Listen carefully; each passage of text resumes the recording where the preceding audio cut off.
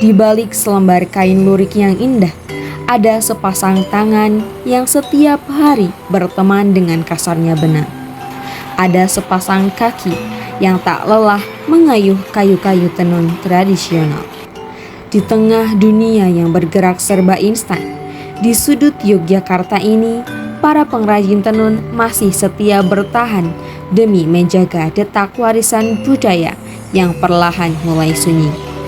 Pekerjaan ini bukan sekadar tentang mencari nafkah, melainkan tentang ketekunan, kesabaran luar biasa, dan cinta yang ditenun bersama helai demi helai benang menjadi sebuah karya. Halo teman-teman semua, di video tokoh inspiratif kali ini kita akan bertemu dengan Ibu Pariem.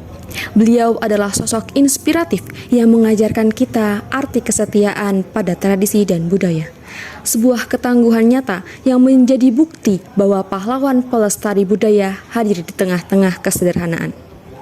Penasaran dengan kisah hidup, nilai-nilai, dan juga perjuangan yang terselip pada belayan dan juga helaian kain tenun ini?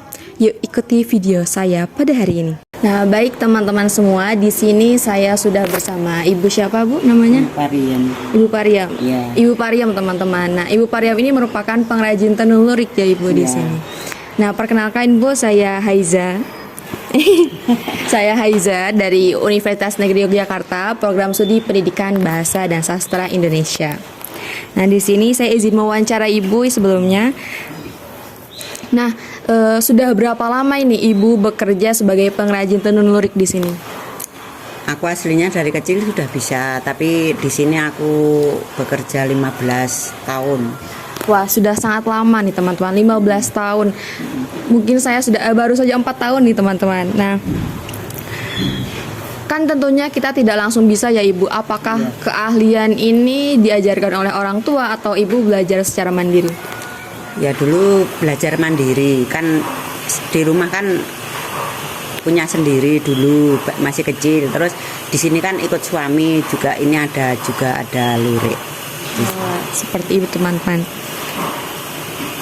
Nah, lalu masih ingatkah Ibu bagaimana rasanya pertama kali nih duduk di depan alat tenun ini? Apakah ada kesulitan terbesar Ibu saat bekerja sebagai pengrajin di sini? Ya banyak sulitannya. Itu kalau belum tahu rusaknya, ada yang kayunya itu geser atau talinya itu geser, itu rasanya nggak berani sama teman-teman toh. Adanya cuma mau nangis, sedih juga. Terus itu kan bisa tumbuh sendiri. Harus diseginikan, harus disinikan gitu.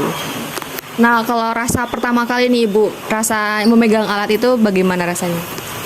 Ya megang itu ya agak berat juga, terus tapi ya udah terbiasa. Ingat zaman dulu aku kecil sudah megang itu toh. Terus ya kelamaan aku anggap biasa. Hebat sekali nih pemirsa teman-teman. Nah, berapa jam nih Ibu kira-kira sehari Ibu bisa bekerja di sini? Itu dari jam 8 sampai jam 3. Istirahat 30 menit. Dari jam 8 pagi hingga jam 3 sore ya Ibu? Ya. Nah, untuk sehari ini kira-kira bisa menghasilkan berapa meter kain Ibu? Kalau sekarang itu kan itu lembut, itu cuman 7 meter, 6 meter itu sudah. Wah, panjang teman-teman. Nah, kan ini menenun ini menggunakan ATBM atau alat tenun bukan mesin. Tentu menguras fisik nah Ibu. Nah, Iya. bagaimana bagian tubuh mana nih yang sering terasa lelah dan juga pegal?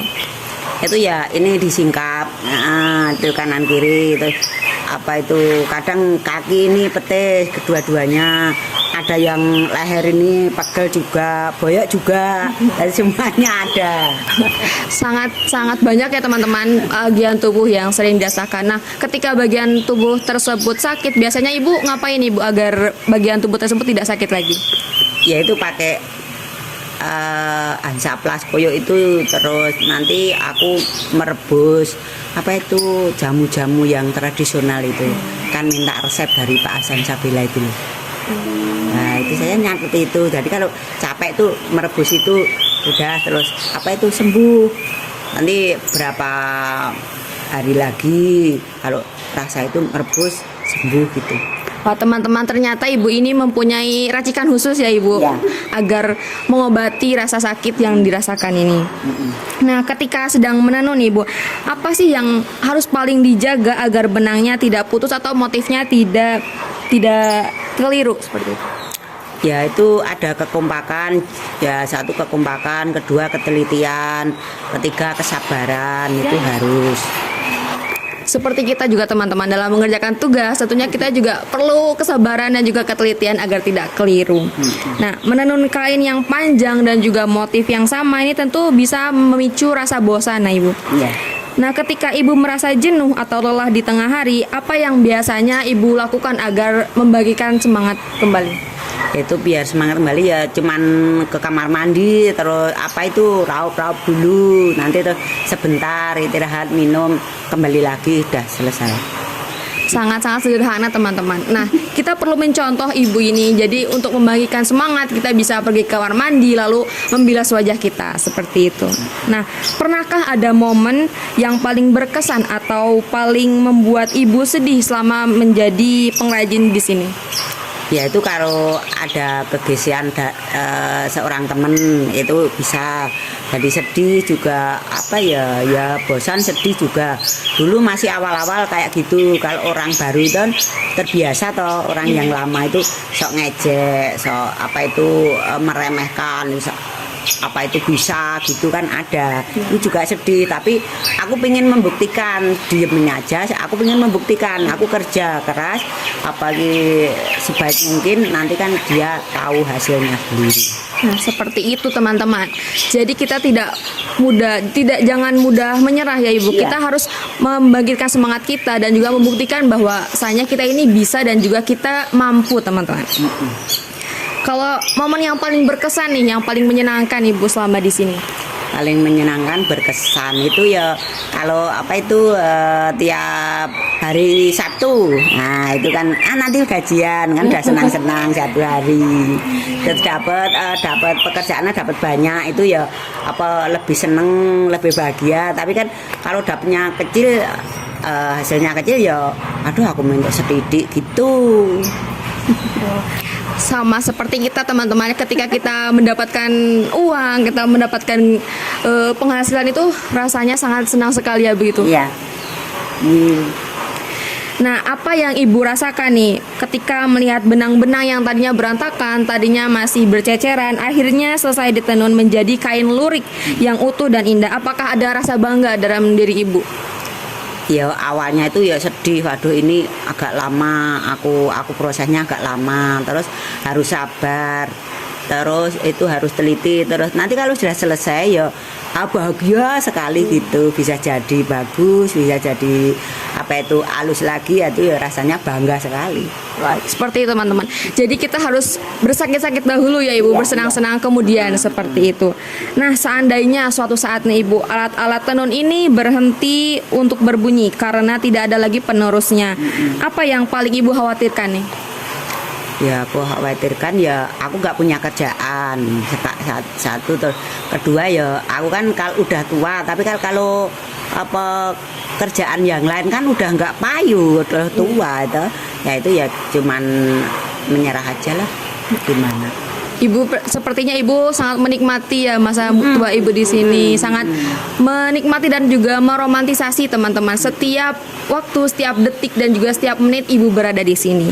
Nah, sebagai penutup nih ibu, apa harapan terbesar ibu untuk masa depan kain ini dan apa pesan ibu untuk orang-orang di luar sana yang membeli dan memakai kain hasil tenun tangan dari ibu?